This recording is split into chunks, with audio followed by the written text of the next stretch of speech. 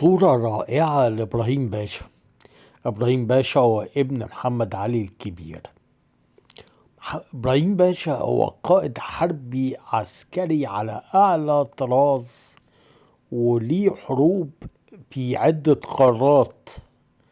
يعني حارب في أفريقيا وحارب في آسيا وحارب في أوروبا، ويعني قائد له تاريخ عريق.